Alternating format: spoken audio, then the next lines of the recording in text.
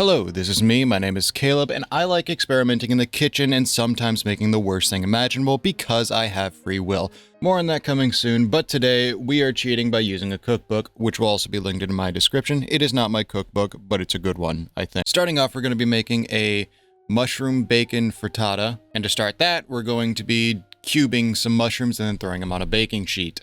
And then to go along with the mushrooms, we're going to be pressing down on some garlic to, break apart the cloves. Take about 10 years to frickin' peel them apart. I don't think many people would want to even see this in the video. And you're going to scare yourself by getting as close as you can to your fingertips when you're slicing these. Just don't cut yourself, or you might add a new flavor of iron to your garlic. Once you get them all sliced up nice and fine, you're going to sprinkle them all around the mushrooms and then throw it in the oven. Just kidding. We got to douse this in olive oil. The amount of olive oil depends on your love of olive oil. If you really like olive oil, you can add as much as you'd like. If you really don't like olive oil, just do about as much as I did. You won't taste it. Also season this with like salt and pepper, because I forgot here. Next, we're going to get out the electric stove, because I have a gas stove, but I couldn't find a good camera angle until later on. We're going to start preheating a pan to cook some bacon on it. Read the instructions. Realize that I'm kind of stupid. Whoops. Maybe read the instructions, kiddos. Next, we're going to get a bowl and begin cracking eggs into the bowl by deathmatch or something. So we're going to crack them together and just drop them right in. Fill in your brackets now on who's going to win. The egg that wins gets to live, actually. Just kidding, I threw them against the wall later. Next, we're going to be adding in our seasonings to the eggs. And that would be mustard, salt, pepper, whatever you want to the eggs, chives even.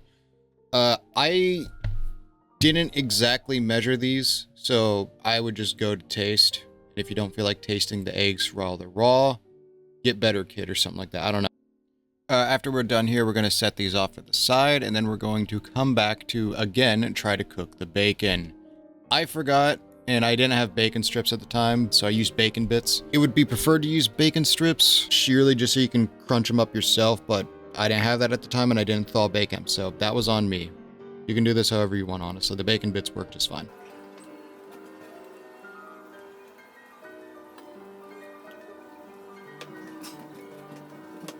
And after I beat the crap out of the cheap electric stove, I got bacon bits, aka I moved over to my gas stove because I was too tired to deal with the electric stove. I hate it. I hate that stove. Add what I wish to be a Paula Deen amount of butter, but it's only a tablespoon of butter.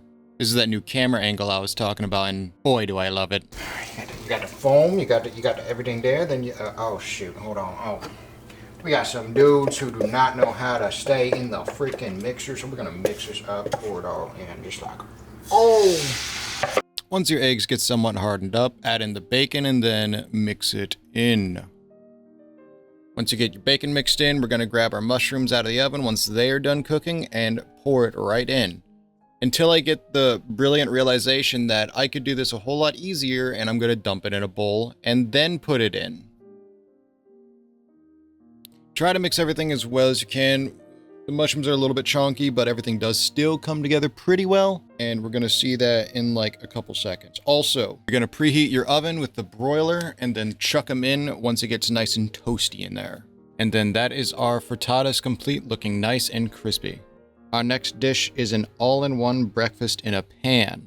And to start this one off, we're going to cube some potatoes. Once they are all nice and cubed, we're going to throw them in a pan and then drizzle some oil over them, then season to taste using thyme, salt, and pepper. And once again, I forgot to season this, so make sure you put on a good amount of salt and pepper. Not too salty and not too peppery. Then load this into a preheated oven at 425 for about 10 minutes. Every time we use the oven for this meal, it is going to be the same temp and same time. Next, we're going to cube up some mushrooms for this dish.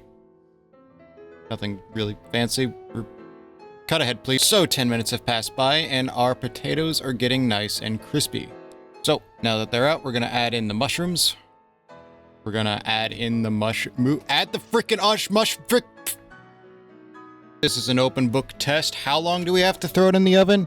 Yeah, that's right, 425 at 10 minutes. Just kidding, it's been 2 seconds and we're already done. It's been 10 minutes. So now we're gonna add in some tomatoes on the vine because they look cool and they're nice, I think.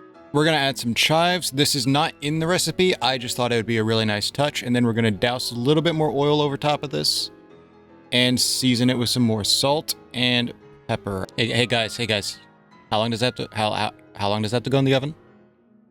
Yeah, that's right, 425 at 10 minutes. Next, while we're waiting on the all-in-one pan, we're going to move on to our dessert, which is a pear and cranberry muffin. Once you get the heads of those pears cut off, bring over some boiling water to scare them. Put about half a cup of cranberries into a cup. Put about 2 tablespoons of boiling hot water into there, and then let it set aside for a little while.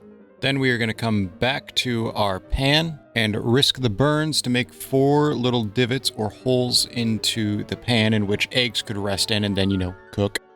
And now the winners of the last bracket didn't actually get to live. They're going to be dumped into this pan instead of the last. And guess what? Once you get all 4 eggs in, you throw it back into the oven. 425 times. We're back to the pears.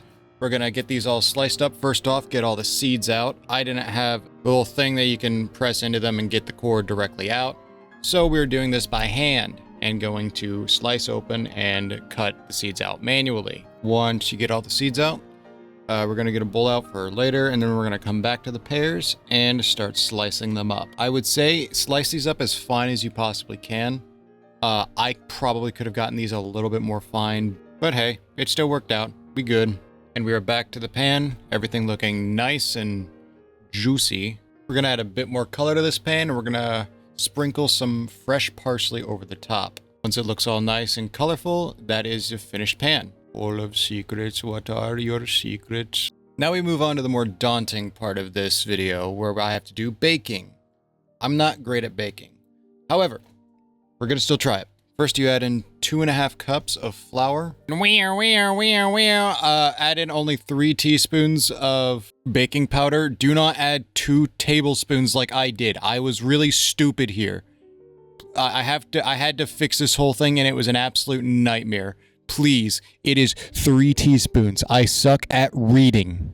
Next, we're going to add in 1 teaspoon of cinnamon, half a teaspoon of nutmeg, and forgive the camera angle, please. Next, struggle to get the sugar out of the container. Once you finally get it out, add in 2/3 of a cup.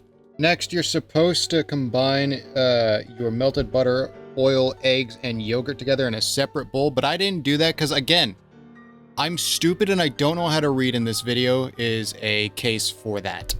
And now that we got that botch out of the way, we're just going to add everything, all the liquids and stuff, into the container. So then add your 3 eggs. 1 tablespoon of oil, half a cup of yogurt, plain, no sweetener, no nothing. It tastes like sour cream. Then you're gonna mix this and then slowly realize that, wait, I should have done most of this in a separate container. This is gonna get clumpy and it's becoming a nightmare to mix. Once you get it mixed, hopefully better than the way I did it, you add in your cranberries and then your pears. When you finally work up the confidence, you then can mix it with your hands just to get a little bit of a better mix, but this is mostly in my case because of the way I botched this. Now you're going to scoop them out into a nice little muffin pan and pray that they come out nicely because I am terrified of baking. Next, we're going to put this into a preheated oven at 400 degrees for 15 to 18 minutes. Now we're going to take these out and kind of admire them a little bit because I was so happy that they came out looking this nice. And as I spin this little spinny thing, this is our finished meal. And with that, this is the end of the video. I hope you enjoyed and stay tuned for the next one. Peace.